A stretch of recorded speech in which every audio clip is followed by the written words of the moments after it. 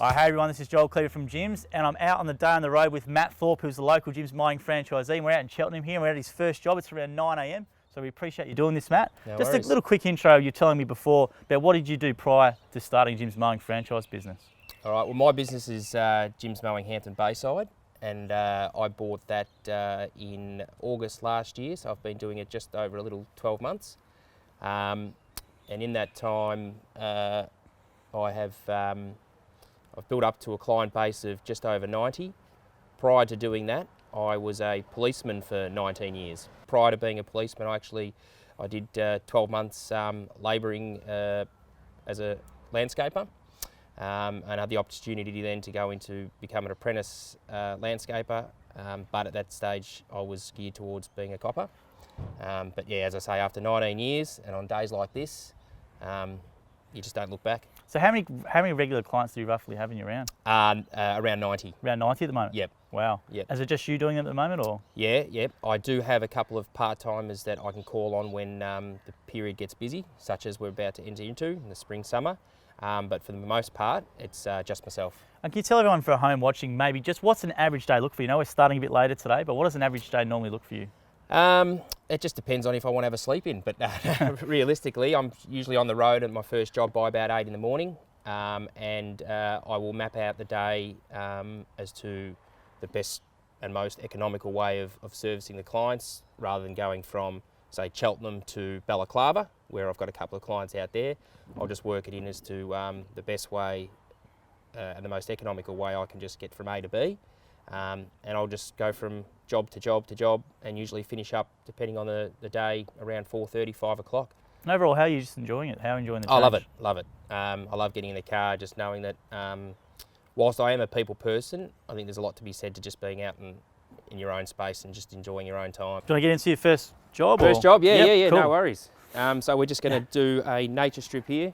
I've got Des here working with me. Yeah, Des is the regional franchisor. We didn't want to be on camera, but he's on there now, so that's all right. I do the body corporate nature strip. I also do, but we're not doing today, but I do this property here. This is Irene's front lawn. Yep. Now, can you name every customer? Do you know their first name, every one of them? 100%, yeah. I think it's really important that you've got a personal contact and relationship with those customers. And I maintain this body corporate, so all the hedging and pruning along here. Not doing any of this today. This is on a... But you would do this sometimes, So I do this on a quarterly schedule. Basis, yeah. So you come back here quite regularly during the year? Yeah, I do, yeah. So they're done probably every 2 months. Yep. Here's every 3 months. Irene's back there, she's every 21 days. And this is every 28 days, just the nature strips out the front. I herbicide the garden, and then just blow out the car park. Great. So what are we doing today? What are you doing today? We're doing that. So okay, cool. What do you want to do, Des? You're the boss. I'm the boss, am I? You want me to do that? All right. I can tell you now that they one thing Des taught me, and they teach you on the 6-day course, is edges first. Yep. Then mow, then you clean up, then you blow off your... so edges first, right? Yeah, edges first. If you've got a bit of leaf matter, or if it's a bit messy, you'll do a blow before you mow, so you can vacuum it up. But it's just efficient to do your edges and then mow, then a blow. It's an efficient process. It looks terrific.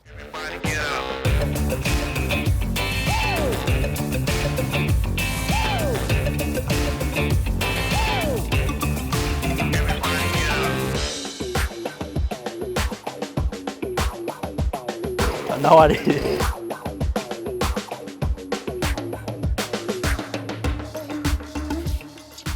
So how'd you find driving? I know it's a silly question, but how'd you find driving the trailer? Because a lot of people don't do it. It's not a silly question because, as I was saying earlier, a lot of the guys that I spoke to prior to buying a business, one of the guys said, I don't do jobs in courts because I'm not comfortable to drive down a dead-end street. Wow. And then try and get out with a trailer.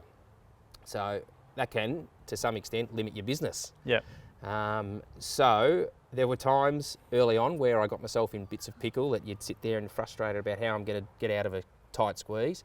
But in the end, I'm comfortable enough to be able to reverse this down a street, do a 3-point turn, reverse in and out, go into courts, no problems. Just a bit of practice and experience and it's just, I mean, look, you've got to have a little bit of confidence about you, but at the same time, you just got to have a bit of patience and Yep. and take care. So my toolbox is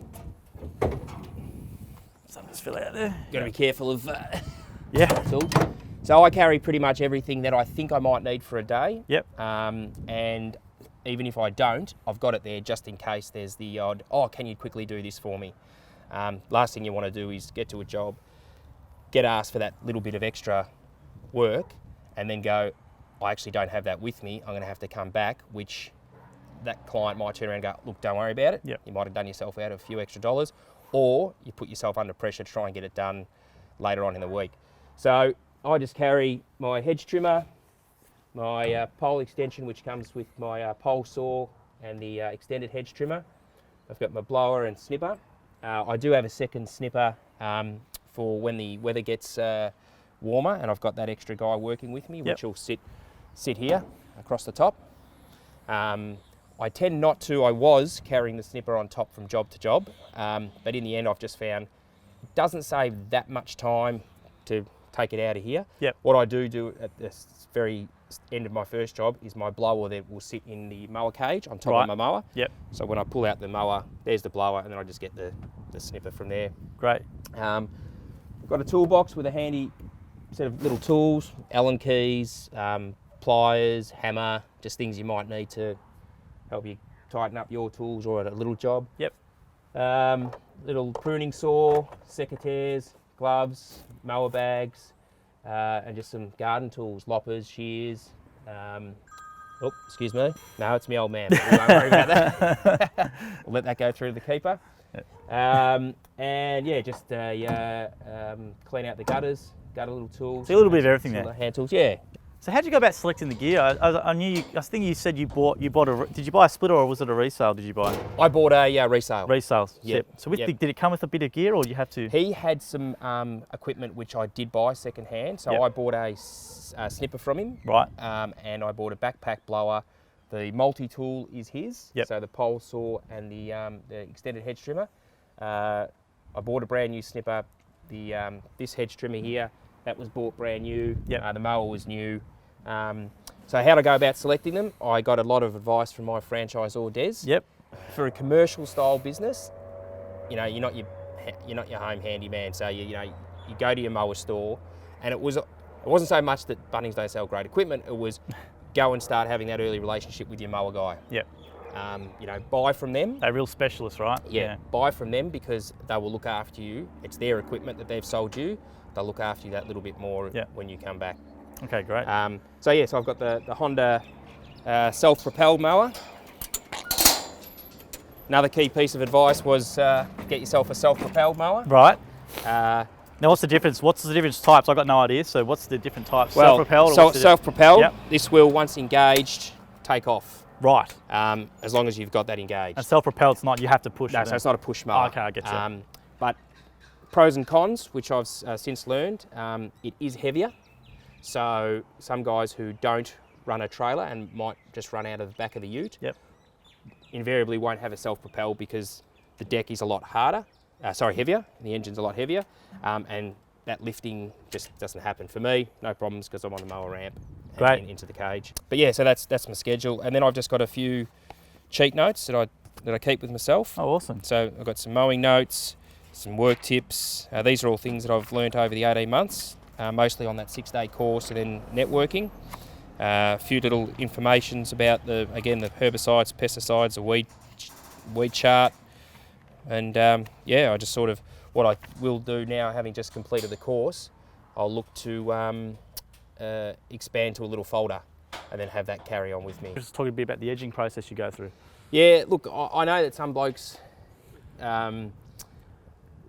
will just try and hurry it along because the quicker you get the edging done, the next you're on the mower, then the blower, and your job's done. I always think, just as Dad said, it's a really important thing. Even if it's just somebody coming down the street, always know when a lawn's just been mowed. You don't always know if the edges have been done, if it's been a bad job.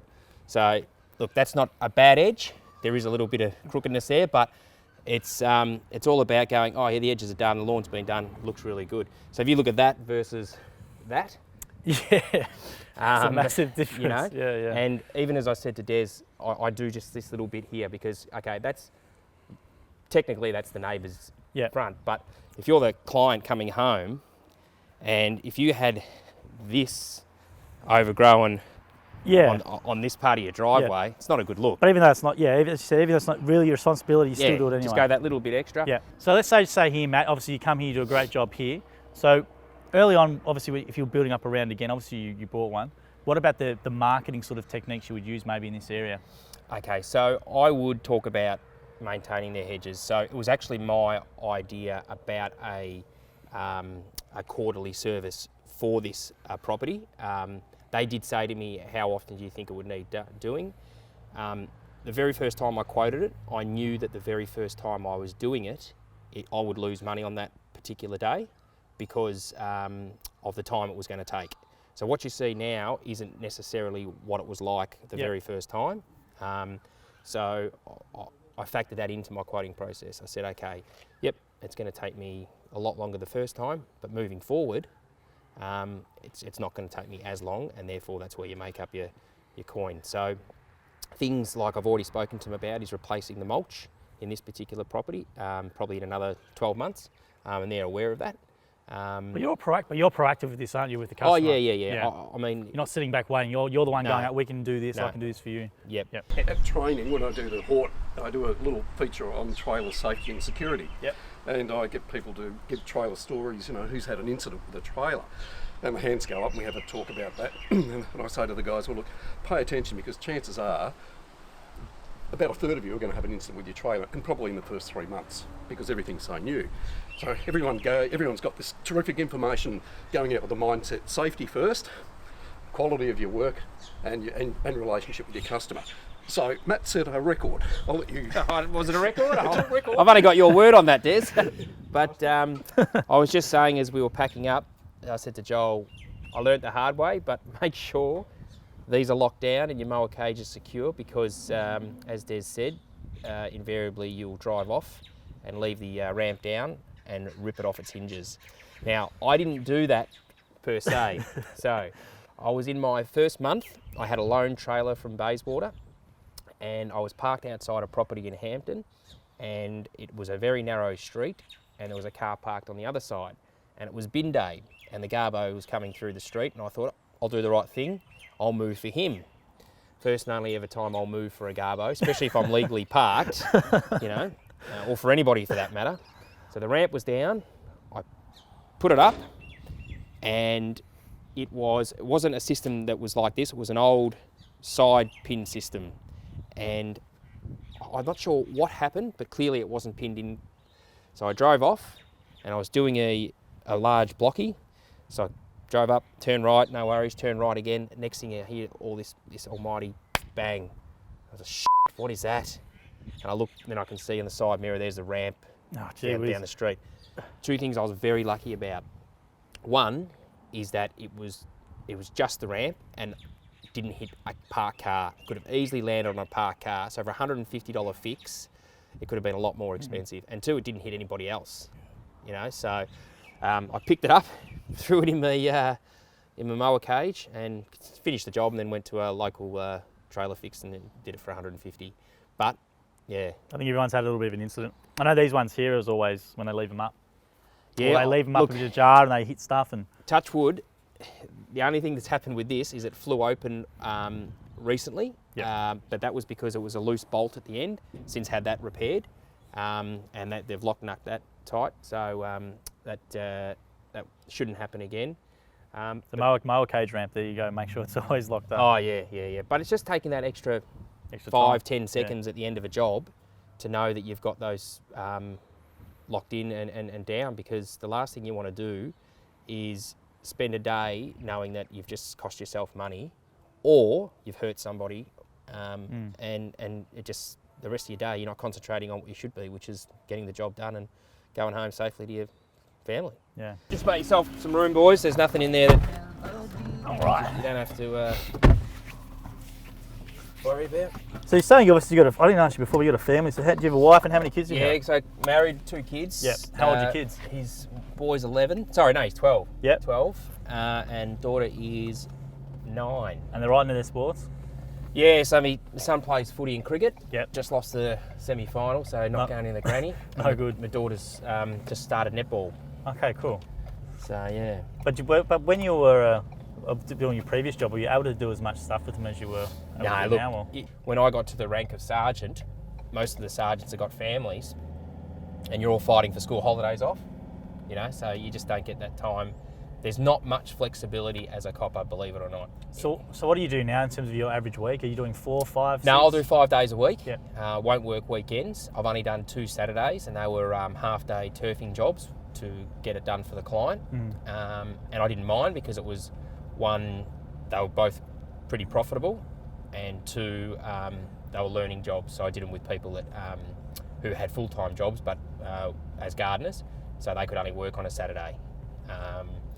So now I take my weekends off, and it's just so much better. You know, I coached my kid in junior cricket. Oh, great.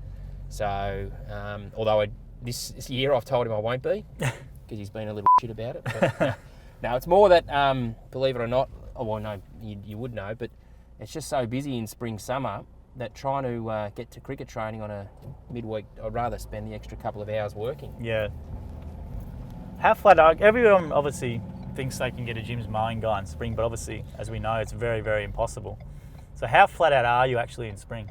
So I was surprised to see. Now I didn't have my leads on in spring. Yep. Because it was my first spring summer, and as I said, I just wanted to know what my capability was, where I was, and I had enough clients anyway. But even when you don't have your leads on, you still get messages about unserviced leads, just in case. And I was surprised to see how many unserviced leads were coming through in relation to people just not being able to get a gym. So if they want to get someone for spring, are they best to sort of maybe engage that person in sort of winterish, the end of winter? Or The best thing they can do is to try and just make contact now. Yep. Even if it's getting them to do a job, a mow, that they don't really need done straight away, but just saying, all right, I'll pay you for a mow now, and then I've got you as potentially my guy for regular. spring. Yeah. Because look, there are those guys that do take leads in spring, and I will be one of those this spring, summer. I plan to keep my leads on. And that's because you want to expand your business? Yeah, or? Yep. I do. I want to expand my business. I know my capabilities now. I know where I'm at, and I also have got that additional help if I need it, and I'm sure I will need it. What's your vision for the business, like in terms of, do you want to have like a little crew with you, or do you want to have a second trail on the road, or what do you want to do? I'd like to get a customer base of around the 150 to 175 mark. Wow. I think you'll find the guys that are keen on growing their business are the ones taking leads and the ones ringing those leads back within 30 minutes, if not sooner. Because it's key. It doesn't give that person the opportunity then to go elsewhere. So were you a bit of a green thumb before you wanted to do something else? Green thumb in my own garden, yeah. Yep. And as I said, I did 12 months as a landscape labourer. Yes. So yeah, always loved getting out in the garden. But now I'm sort of one of those people that I really like to know my job. So I like to learn the intricacies of it. Hence why I did Cert 2. And I just want to build up my knowledge about plants, all that sort of, thing that comes with gardening. So I do this. This is my territory here. Yep. So I do this property here on my right, plus the one next to it and the one next to that. Yep. Down that street. That's a Wednesday job, so that's a tomorrow job. I've got 5 properties down that street in Smith Street. So talk about, building up your area so it's so close, so you less time in the car. Yeah, so as we were talking about, you really did in the early days, you put a few off and tried to put them to other gyms and get them looked after and get clients about you a lot more in your area. And yeah, that's right. Yep. That's right. Used to do this property here. They've just started doing it themselves now. Yep. And you find that people, for whatever reason, be it financial, retirement, what have you, they wanted more time. They start doing their own lawns.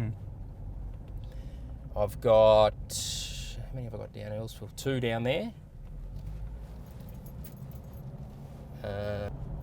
Got a few down this street, but coming up here they're actually renovating, which has been a slight pain in the arse to try and get a park.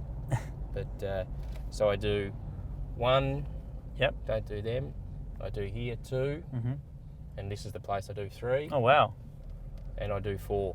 So you got so many clients in this area, this little patch you were just driven through. Yeah, and I do them all on the one day. Oh wow, really? Wow. Yeah, so it's easy to go 1, 2, 3, 4. So I think you're telling me, if obviously there's few less jobs today, but you do like, you say you could do up to 15, 17 a day? Yep. So the most jobs I've done in a day, and this was with help, Yep. was 28. Oh, 28? Yeah. Gee whiz. Yep. And that was, what had happened was I took 2 weeks off over Christmas, and that was doing everybody leading into Christmas, and then when I got back, and I had 2 blokes working with me, and yeah, we did 28 jobs in a day. I think it was about 70 in a week. Gee whiz. So I probably could have parked closer. Yep. But the thing with this street is that once you get past there, there's no parking around the corner. Right. So then you just finding, Lovely home here as well in yeah, Hanson. so this is David's property. So How long have David been a client for you? since I bought the business, so Oh, 18 months? Yeah, Yep, yeah, great. he's great. So he actually, whilst his lawn isn't fantastic, when I took over it, there was nothing there. So I've actually helped Grow it back a bit? grow. Yeah, there are quite a few weeds, but I am going to weed spray this next week. Yep. So 7 days after a mow, Des. So going to do that next week. But it's a lot better than when, what it was. when I took over Yeah. it. The only thing with this property is that when I took over it, there was a massive build up here of, you can see the unevenness of the nature. Yep. So there was just a pile of mulch that the council had just tipped on. So it's quite grass, so it's starting to grow over, but I'm just scalping the hell out of it now and then, so it starts to push it down a So bit. what does scalping mean, sorry, for people watching? So dropping the mower to try and take the top of the grass off. Right. It'll never get even because it'll have to be dug out, but it's a lot better now to mow than it was, 12 months ago. Now watching before, we got a slow motion of you doing the edges. Any tips for people who want to get those nice straight edges at home watching? Yeah, Right. So this is a straight shaft snipper, so I think you snip like that, don't you, Des? No? That's my preferred way of not to snip. Ah! So which way do you snip then, Well, mate? You show us which way you snip. I snip like this. Right. Yep. I snip that way. Yep. And I know it can be construed as a potential OH&S, but I also like to get on the road and snip the other way. So, but some guy, like, for example, a car parked here, I won't. I'll snip away, but I actually find that I just like then snipping. It's more economical for me just to go do a circle. Yep. So, and hedge that way. Snip that way. I will, in my first 12 months, I spend a bit of time trying to get edges back in line with the gutter. And they do sometimes take that extra 20 minutes, but then for the next, however long you've got that client, it's so much quicker than just to have that line in with the gutter. Or that you've already done, right? So Yeah, you yeah, just do it once and then Yep, so it makes then it it's easier done. for you moving forward. And another guy on the course did the same thing. Yep. And like they said before, you've got that, the person comes home and go, geez, mate, edges are looking good. So there's another way, yeah, you hold it up there. I've never seen that. No, well, it's Yep. inefficient because Yep. don't need to, Matt can do this for you on camera. Yep. There's 2 ways to do it. Doing it around against walls or against obstacles, so it's Yep. horizontal, or you're doing it. But the important thing is that you can swap between processes really, really quickly. Yep. If you're doing this, you're going to go deaf really quickly. Oh, you're right And next to your head. And the difference between this and that, Yeah, you get yeah. this extra time. So it's really simple and you get it really, really fast at it. Yep. But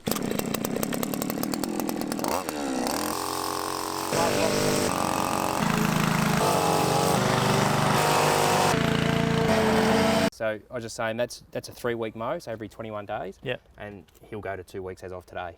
Okay. So I'll just And you email- tell the client that and they know that Yeah, and they're yeah, all yeah, prepared yep. for that. Yep. Majority of them are already prepped on that based on previous, like the previous business owner. My new clients, I tell them, spring, summer, 2 weekly. Majority of that lawn is weed, Yeah. but it still looks good. Now look, Yeah. I'll tell you what, that little quick job then looks great for when we rocked up. So for weeds getting out of control, what were you generally using it?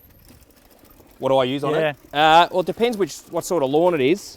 I use Camber M on all lawns except Buffalo, and then Yep. Buffalo I use Buffalo Pro. But I'm going to go to I think Javelin Des or something like that. Yeah, yeah. It's cheaper than Javelin. There's an example of someone who doesn't know how to prune roses. I did that job there. No. No, you didn't, Matt. No, you didn't. Are you doing a pruning at all? No, but I'll show you, and I'll be interested to see what Des's keen eye and experience says on the job that I did do. Okay, that'd be good. That'd be good, actually. We get a bit of a critique. That'd be good. Yeah, That'd be interesting. Rate my life. Yeah, rate my rate my pruning. Rate my pruning. No, Yeah. I'd be happy for some. So see with the Jim's jobs, this is what I do. I then tick, and I'll just write invoice, and then I'll circle that and go to 14 days now, and then I'll go home and reschedule that. This is how most of the blokes work. They have a run sheet there. Obviously, run down there. You've ticked. You've marked there. So do you? So we just did David's place. Yep. So I tick that. I write invoice, so I know when I get home to invoice him, and I've got 21 days, and I'm just going to change that to 14 days. And what do you use to do an invoice? 0. You use 0. Right. Yeah. So I invoice on the day I do the job. Some blokes will invoice twice a week. Okay. Some blokes will do it once a week. But you do it on the day you do it. I do it. Okay. Yeah, because 2 reasons.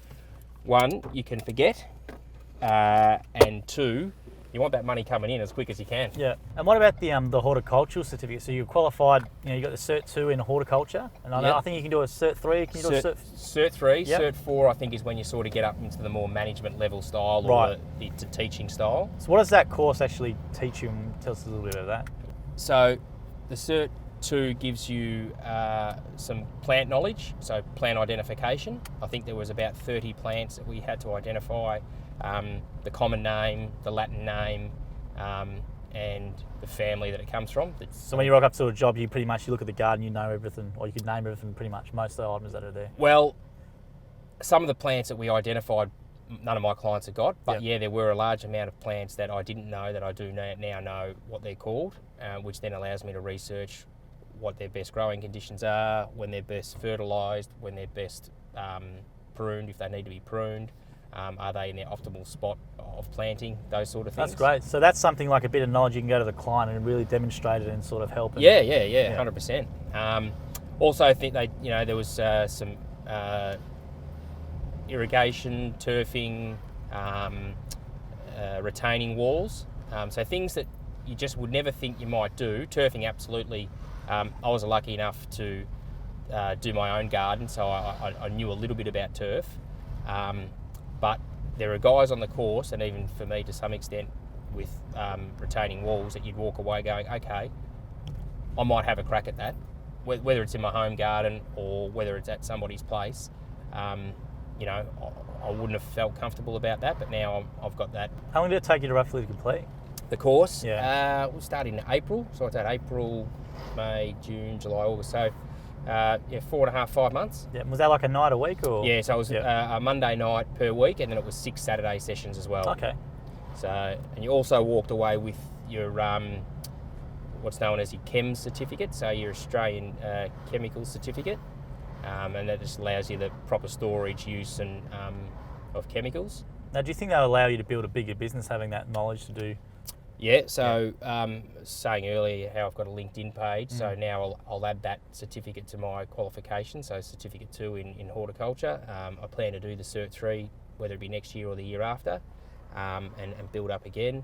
And yeah, I think so. I think that for the most part, people are just happy if you look after their lawn and garden, but there are those that will, what qualifications do you have? Now, do you get the common, because obviously a lot of people, they just think, Jim's mowing, whatever, and you have some people who might come and just buy a franchise and just say, I'm just going to do lawns and just punch out lawns in a day.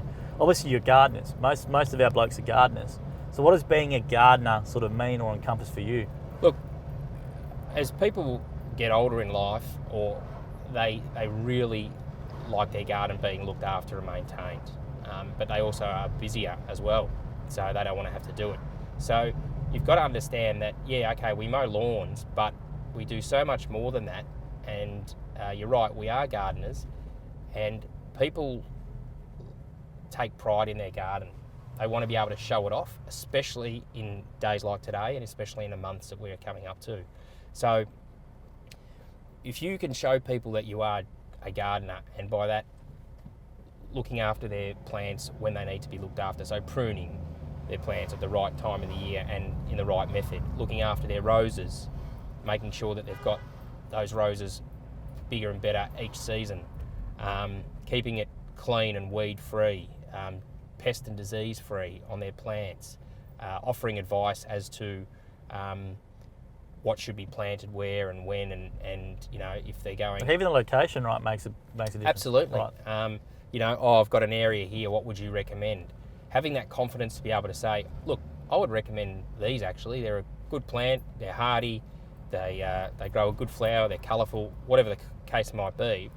But to be able to offer that advice does wonders for a client, and does wonders for your business, because you know you're going to make money out of that. You're going to go and source the plants, you're going to buy the plants, plant them, and you're going to bill them accordingly.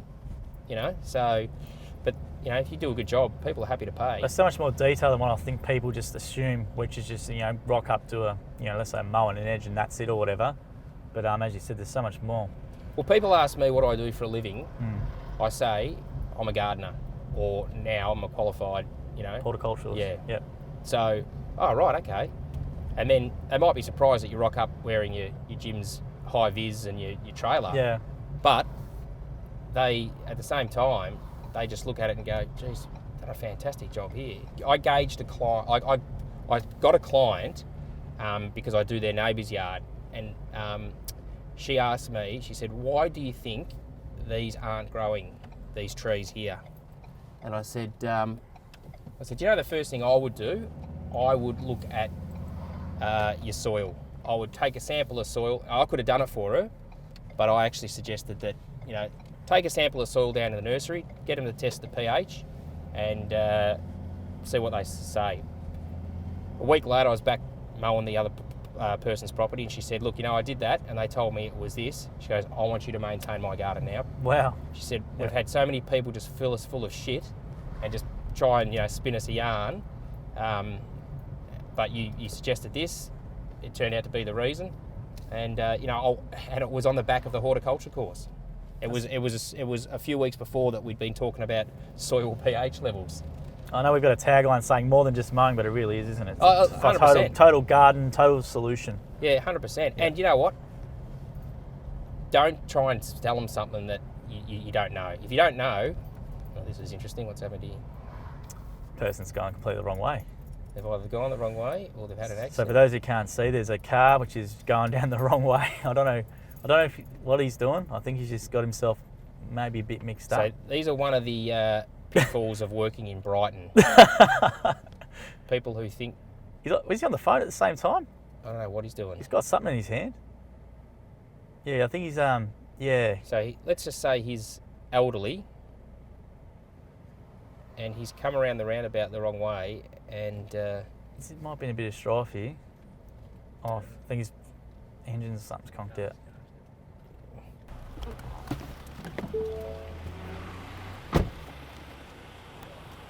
You right, mate? You okay? Yeah. Oh, you're going to do it here. I was just going to jump start it. Yeah.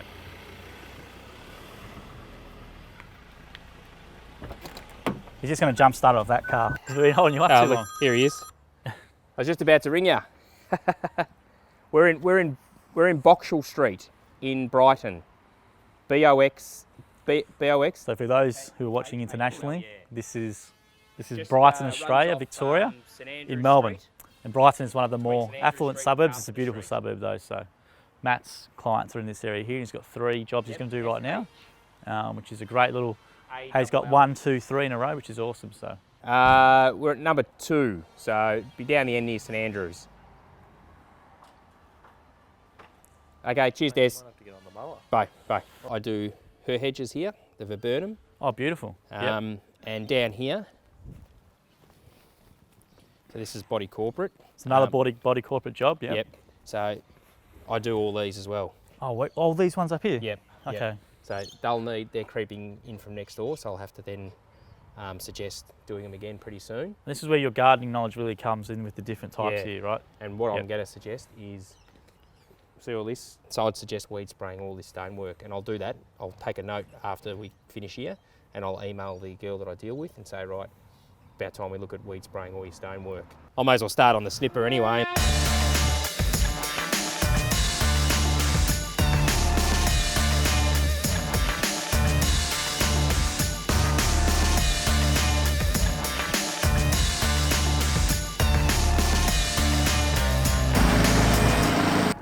cracking day, isn't it? It's turned out bloody. If you boys want to stop for lunch or anything, just tell me. No, we'll just work around you, mate. You do whatever you need to do normally, mate. I know usually- you're holding up a bit, so you do whatever you want to do. I was just going to say though, just we didn't talk about it before, but how do you find the concept? Because the one thing I always see online, because obviously I do all the social media stuff, is why pay fees or why make gym rich or blah blah blah blah blah. You know what I mean? So how do you find that concept of paying? Obviously you pay a monthly fee and there's lead fees and stuff like that. So how do you find that? Well, the first thing is that going in. So if you're not prepared to accept it, then I don't see why you'd bother going. One of the questions I got was, surely you're a good networker, Matt. You could start off on your own. There is no way in hell that I would have been as successful as I have been to date without the support of the gyms network. There's no way. And that comes down to everything from knowing how to price, quote, actually mow, believe it or not, and equipment. There's no way I would have been able to go out and buy a mower, a trailer, and be an independent mower without that support. And that's what you pay for, as far as I'm concerned, as well as the brand. I mean, as I said, spring, summer, how many people are ringing gyms this spring, summer versus the independent bloke with the working out of the back of the dodgy ute? Yeah, that's true, and we know that just because of the unserviced leads. But do you think that helps you with, obviously, we talked a little bit before about like with real estate agents and commercial clients to have that extra trust there for the brand if something happens? Oh, yeah, 100%. Yeah. 100%. I do 5 properties in this street. 5? Yeah. Wow. Depending on the season, but 5 usually. So Joe's just around the corner, but as I said, it's a dead-end street. So in the Heritage Precinct in Brighton. Yeah. So for those internationally watching, this is a very nice area in Melbourne, Australia.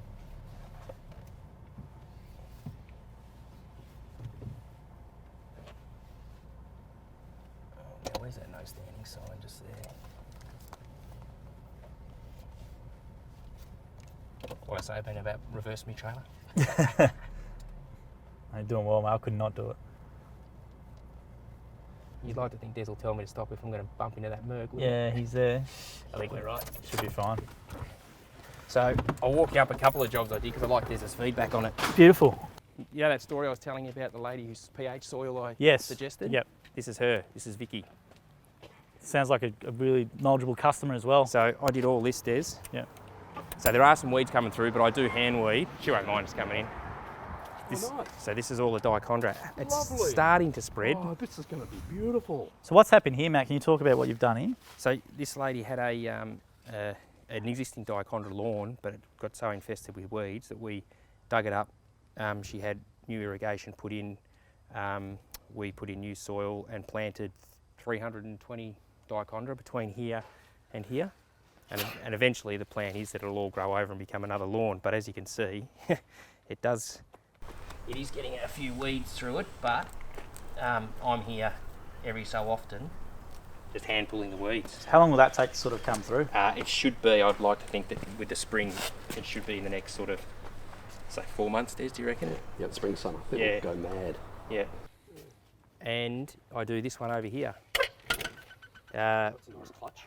So when I say I do it, they have only just had the back renovated, but I've just submitted a quote, Des, with Starthy, landscape the whole front yard. Oh, good. So this is more networking. Starty's good landscaping. Yeah. Right. So the quote here originally was just to clean out. That's all builder's rubble. They originally had said leave it there because we're going to get it re-landscaped. They paid the landscape company out the back, weren't happy with them, came to me after they saw what I did out here. There's some nice bluestone crazy pavers. Yeah, so the quote was originally to clean up, rip out some of the old, put in some garden edging, dig out the rubble and make a path just to the door. I've now talked them into ripping out everything, putting in the edging, still levelling it out that area, and edging along here, pruning the roses. Total garden solution. Yeah, mate. yeah. All the So I've got a works. sample of the edging in my, which I've got to drop off, but they're not home, but I might leave it on their doorstep before we leave. It's, I've forgotten the brand of it, but Form Boss. I'll show you the stuff, Des, before we go. But so all edging, steel. And what it does is, it rusts. Yes. It's beautiful. Yeah. It's a lovely product. It's great to work with. Yeah. Too. It's beautiful. So product. they sent me It's not a, expensive. But anyone's listening to that, then you can hear the boys riffing on their knowledge, all right? That's all the horticultural stuff. So more than just mowing, they're all gardeners, total solution, every one of our guys. So this is what we do here, this one, Des. But because it's so uneven, I usually cut it high just to avoid the scalp. What, you're talking 6? Yeah, you probably, yeah, and that one. But here are the roses, Des. I don't know if you want to have a look at them. Are these the ones you were talking about before? Yep. To get them to critique it? These are the ones. Oh, here we go, Des.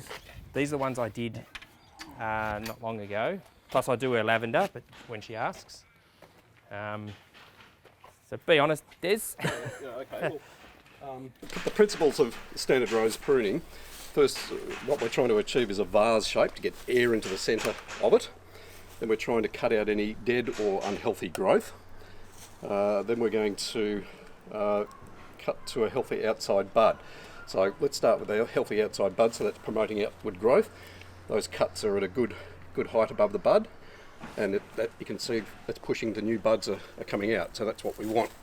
So we're going to get that vase achieved. The vase, air circulation, we could have potentially have gone a little harder. Yep. But that's being nitpicky. You can get dieback, and there's a little bit of dieback happening here. That will die at some stage. That could go, and there's a bud coming out down here which will come out. No, look, Matt, that's a pretty good. Again, this is ultra critical. I'd take that one because it's inward growing. Yep. But apart from that, you've cut to beautiful, healthy outside buds, and in a month or two, we're going to have fantastic blooms. It's going to look marvellous. This is where your knowledge, your expertise, you can be an absolute hero because you get results so quickly. Yeah, yeah. It's like you're fertilising or herbiciding. So I sprayed them with lime sulphur. Lime sulphur. And they've all been fed as well. Preventing disease, the lime sulphur spray, a lot of people don't do that. Do you clean your secateurs between some, not critical? No, I don't, but I should.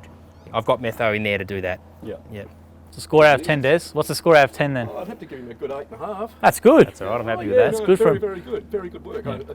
Anyone would be happy with that to be done on their property. Yeah, so as I said, as Des said, hopefully it comes back. Was it, Oh, no, that was beautiful. was this post your course, or was this during your horticultural course? Post-course. Oh, sorry, well, during. During while you're doing it. So you're During. able to apply what you're learning in there and take it out to a job straight away. Yep. Very satisfying to do these and come back shortly to see them. And I do a lavender as well. Looks great. Lovely. Yeah, it looks really nice. I know what that one is, don't worry about that. Yeah. But what I did learn, Des, is that lavender's only got a lifespan of around 5 years. Yeah, very short-lived. Yeah. It's very leafy, very bushy, Yeah. very ugly. You can Only sort of 5 see years? It underneath. doesn't last long. Yeah. Right, so what happens after the 5 years? What happens then? Take them out and start again. Literally Yeah. take them out and plant new ones. Yeah. Okay, Absolutely. right. Yeah. Here he's got the ficus. This ficus grows rapidly. And you can see it's starting to grow up the trees now, so it needs to be kept back, low, and off the trees. It's constant work. The dietes needs to be deadheaded periodically, leaves taken out. Yeah, there's constant work. Just so much gardening knowledge you're just saying to me now, which I don't know nothing about, which is great to hear from you because you're the expert on it. I'm not an expert. It's just experience. Yeah. He's a good teacher. Yeah, there's so much to learn. But the more you know, the more valuable you are, the more helpful you are. What value can you add to that customer's garden, right? Exactly. Yep. And if that's your mindset, it's wonderful. So how many different things can you see here now? Can you just point out a spot for us? What we could do at the moment? Yeah. Well, that ficus, Yep. definitely it's about to start another growth period. Right. So I'd be getting that under control, taking it right back, Yep. taking it to the top of the trellis, take it out of the trees.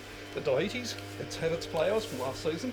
All these need to be deadheaded. Well, that's new growth, but that's old growth. Yep. You could certainly do with a bit of a trim back here and tidy that up. You could box that up, square that up. Yep. The leaf mat, I'm in two minds about that. It's a good mulch. It depends on what the customer wants. I see there's also been tan bark put down here as a mulch. And maybe that needs topping up again. Although it's a reasonable thickness, so that's not bad. Coming into summer, I'd be checking the watering system. There's probably a watering system here. I'll be checking that to make sure it's working properly. Yep. Yeah, there's always something to be done. Yeah, I mean, look, Privileged.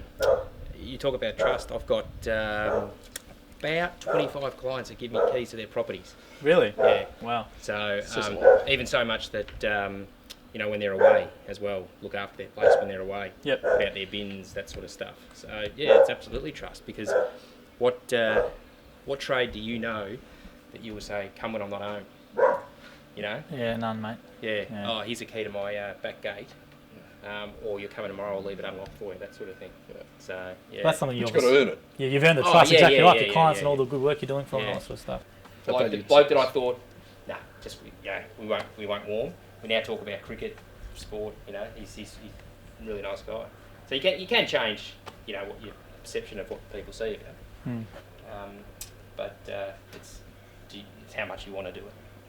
Some people, I'm happy just to mow their lawn, get in, get out. Others, I'm happy to spend, and I know it's time is money, but I'm happy to spend 10, 15 minutes chatting to a client, even though I know that it's going to slow me down potentially for 40 minutes in that day. But that client just might go, trust Matt to come back and do this or whatever. Now grab a picture of Des's little socks there. I don't know, a little detail, but my people, what are they called? Gaiters. Gaiters, right. Obviously to keep everything out on your shoes when you're doing your thing. Yeah. I try and brush up on my turf knowledge as much as I can, as well as the garden knowledge, because there's good dollars in it. Yeah. Good dollars in being able to go to say someone, if you want your lawn looking good, let's weed spray. It's coming into the right season. Sort of thing. So, yeah. Turf is probably core to what we do. So we should all be experts at turf. Yeah. How did you find the training when you come down? So obviously do your 3-day generic and then you do the extra 3 days for the mowing. If Jim keeps his emails, you will see an email after the training. Now, I've done a lot of training in my career as a copper, and I walked away and sent an email to Des, who sent it to Jim, saying that I thought that was one of the most beneficial training weeks that I've been to. I got offered a job within the government as an investigator whilst I was at the training day. I got a phone call saying, congratulations, you've been shortlisted. This is when I left the police force, so I didn't know what I wanted to do. And so I applied for this job as an investigator within a government agency. And when I was at the training, I got a phone call saying, congratulations, Matthew, you've been shortlisted to the selection panel for an interview, and we'd like you to come along on whatever date it was. And I said, oh, okay, yep. And I went home and spoke to the wife, and I said, this has happened. And she said, oh, okay, well, what do you want to do? I said, actually, I don't want to go back to that field. I want to do this business. That's a pretty good, tough thing to say, obviously, because that's a stable employment. Yeah. Something you sort of know, but you'll obviously. What day were you in the training when you sort of got that call? I reckon it was the Wednesday. Oh, okay, right in the middle. Yeah. So I went home and I emailed that night, and it just so happened the guy that rang me was an ex-copper, so we had a really good chat. And then I emailed him and just said, look, I'll give you a call tomorrow. And then I rang him back and said, look, I didn't tell him what I was doing. I just said it's not the right time for me. He understood that, and he goes, just so you know, the job was yours. Yep. And I went, okay. So, rub it in. Yeah. But no looking back, no regrets. So the training was great, but what was really satisfying to hear and knew that I'd made the right decision was that so many people had come from so many varying industries, but all shared the same story. I was just sick of doing what I was doing, and I wanted to work for myself. And the more I looked into gyms, this is me and everybody speaking, the more I knew it was the right decision. Probably fair to say that mowing franchisors would meet up with their guys in the field to help them with quotes or do any issues. So you want to talk about that? Yeah. So you go and you see your blokes regularly and do like a curbside or almost just sort of check up and see how they're going on. More on request. Yeah. Yeah. Look, the guys network such a lot, like Matt was saying, that they get to the point where they self-help, they look after each other. Yep. I'm certainly available if I need to, and some of them use me extensively for helping with quoting, and that's fine. I was just saying how much he obviously does 10 hours a week, and what he gets to that was really good to hear. But how did you, obviously getting your route optimised, how do you find saying no to people? Because a lot of franchisees might have trouble saying no, or they might have trouble increasing their rates, but how do you find optimising your business? How do you go about that? Well, for the first year, I didn't say no because I wanted to build. And then sometimes saying yes is more of a hindrance than saying no, because you find that you've spent too much time at a job, or you've underquoted a job, and it can I think at the end of the day, you've got to know your limitations. So I have said, no, I don't do that. It's not what I do. Rather than say yes and then walk away and spend, which has happened to a Duncan, you know, a bloke who did the course, and another one of the franchisees under Des. He said yes to a job, and it has turned out to be, he's had to say subsequently no, because it was bigger than what it was going to be. So in terms of optimising, well, you've seen the route we took today. Okay, we started in Cheltenham, but we're going to finish literally 2 minutes from my house. So we've come this way, and we've probably spent a total driving time, I reckon, of no more than 40 minutes, I would have thought, between jobs. So we've done, what, 8 jobs today. We're about to hit our 9th job.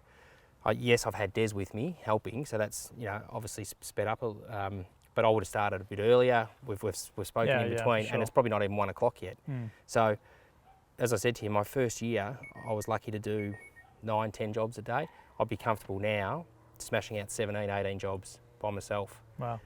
But, granted, you're going to be emptying the catcher a lot more because the grass is thicker, it's growing more, you know, that sort of thing. But I'm at a stage where I know that I can go out and do 18 jobs. Still feel tired, but knowing that I've worked out the best group of clients to do together. So I was having a chat to Des outside of it, but we see it quite often when they go, the one thing they say is, you know, the quoting is always the thing where they're not. But you can't teach anybody to quote, unfortunately, Yeah. because what I charge, some bloke over in the other side of the town in the western suburbs might not be able to get away with because of the demographic of the area. So I think I think Ben gave an example of quoting. It's hourly rate plus time plus expenses is your quote. That's all well and good, but for some people, you know, I still underquote. And you know, this is the thing, you know when you get to a job and you're 10 minutes into it, whether you've quoted well or not. Because you can say, geez, this is going to take me longer than I thought. I've lost out on that. Or on the other side of the coin, you go, geez, this took a lot shorter than I thought. So you think sometimes it evens itself out? Oh, it swings around about 100%. Right. So you were saying before you don't know if you couldn't, you don't think you could have done it as an independent person, which was quite interesting because you're obviously very personable and you've got a big network. Yeah, but I there's just no way. Who would I ring to say, I've stuffed this up, or what equipment do I buy? You know, where do you recommend I get it serviced, or where am I starting with 60 clients? You know, if you need that income coming in straight away, there's no way I could just put a trailer on behind a car and call it Matt's Mowing and hope for the best. You just, you know, and then I've got to pay for advertising. I've got to get a website up. How do you think it would have gone with all the digital stuff, for example? Nah, there's no way. No way. I've got to say, Des, this is probably one of the lawns I enjoy most. Yeah. And I'll tell you why, because it is simple up and down, and I just zone out. Yeah. And I'm in my own area and I just go up, down, up, down, up, down, and then I get in the car and go. So, and it's close to home. Yes. So when I do it, I know I'm almost knocking off. Yeah, it's a good feeling. Yeah. Hello, mate. There's a dog, don't let it out. So all this courtyard, there's not much here, to be honest, but this was full of weeds just 2 weeks ago. So we weeded it all, did the Maria, and then behind you, Des, it all goes down the side as well. So we did all this. So it's probably 3 times a year. It's a decent, it took 2 of us, 1.5 days. Really? Yeah. Oh, it must have been a big mess. Because all the leaves and weeds. I was saying to You boys, can do the slipper if you want. oh, gee No, whiz. that's impossible. That's No, really no. hard. I just need the footage of it. No. I don't want to. No, I'm not stuffing it up. No. I've got no idea. Fair dinkum. No, it's On the trigger, Yep. like that, and I just guide it along like that. Okay. So hold it like that. Yep.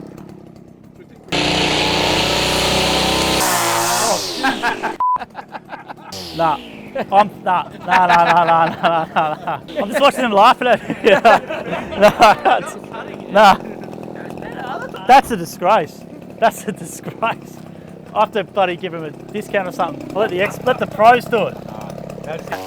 That's why you use a pro. That's why you get an expert to do it.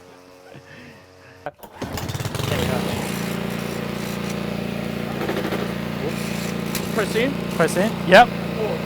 and forward, just like that. Oh, sorry? Okay. Alright, sorry. Now that one. I get you. Sorry. Whoa. Jesus. Only just starting to get into my own maintenance. Okay. I just paid a hefty amount yesterday to get everything service sharpened before leading into spring. But someone pointed out a good thing to me, that if you're only paying that once a year, then that's a very small percentage of your, say, your turnover or an expense. You know, not even 1%, or whatever it might work out to be, to make sure that you've got your equipment in good working order. But what I am going to do is, now that I know it's been done, and it was done yesterday, or it was done on the weekend, let's say, I've set up a calendar at home, just my Outlook calendar, and I know that in spring, summer, probably every, what do you reckon, Des, 4 to 6 weeks, you probably need to change the oil in your mower in that sort of time. So I've set a little reminder to do that. So I will change the oil, I will change the blades, I will blow out the air filter. So what I've got at home is spare air filters, a air compressor, oil, blades, so spark plugs. So I'll do all that myself. If you can save yourself time and money from going to the mower shop and only rely on the mower shop to get a repair if you need it, then you're saving yourself dollars. That's great. So trailer's just on 12 months old, or just over 12 months old. This is from Bayswater Custom. Yeah, yep. And I have just had it serviced there. I know that now, leading into spring, summer, that the trailer's in good working order. Bearings are done, tyres are right, brakes are right, all that sort of stuff. But every two to 3 months, I will what they call greasing up your nipples. Yep. So when I got told I had to do that, yeah, try Googling that and see what comes up. I actually used to work at a bluestone quarry, and obviously they had diamond sting blades, and you actually grease up the nipples all the time. So I'm very familiar with it, and with the jelly and all that sort of stuff. Yeah, so I've got a grease cartridge gun at home. Yep, great, put it in there. Yeah, yep. Just do it all.